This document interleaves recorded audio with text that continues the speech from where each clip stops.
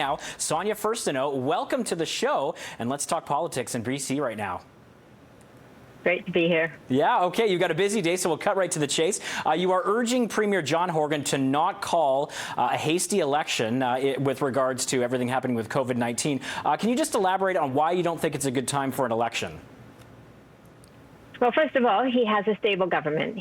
We just came through a summer session with an enormous amount of collaboration. He got unanimous support for his budget, and there is a green recovery plan that needs to move forward, and this is what has to be focused on.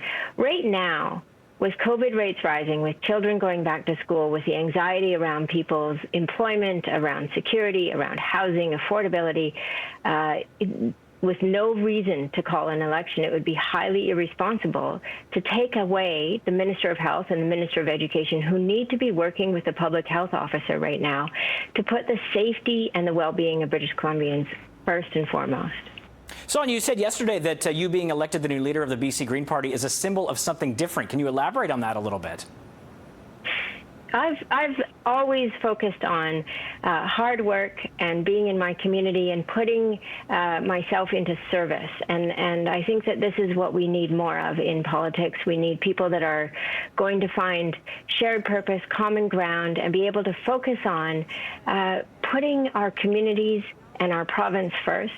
I've been everything from a small business entrepreneur to a teacher. I studied history, and there aren't a lot of women in leadership roles in Canada right now in politics, and I think we need to see more diversity and more women and more people of color, Black people, Indigenous people in leadership roles, and I'm very delighted to be in this role right now. And timing is everything with politics. So what do you say about the fact that, you know, the Green Party has a new leader and a brand new era and things like that while we're dealing with these environmental factors from these wildfires raging across the United States? No, I just wrote a piece about this in my local community paper, that we are very good as a species at adapting to these circumstances, and look how 2020 has been the year that we have shown that we can adapt and bring out the best in ourselves. But at the same time, we've had these warnings about climate impacts. We've had warnings about, growing diseases and threats from diseases. And we have to start heeding those warnings and be proactive instead of waiting until things get to the state they're in. And the smoky skies here in British Columbia have been very much a wake-up call about the realities of climate change. Let's focus on bringing in the solutions, transitioning our economy so that it takes care of everybody, but it also moves away from fossil fuels. This can be a benefit to everybody in the province. And we need to really lean into those solutions that we know exist, that will make things better for people, that will make our communities healthier, that will make our lives healthier, and that will take away these impacts that we're seeing right now.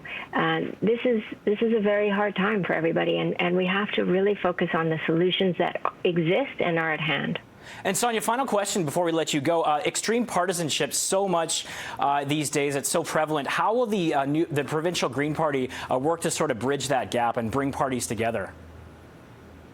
I think we've been showing that for the last 3 years in this minority government, and we have worked not only with the NDP under the Confidence and Supply Agreement, but we've also worked across the aisle with the BC Liberals. I've been doing a lot of work in the House with the House leaders, Mike Farnworth and Mary Polak, on guiding the legislature through some pretty tough times these last few years.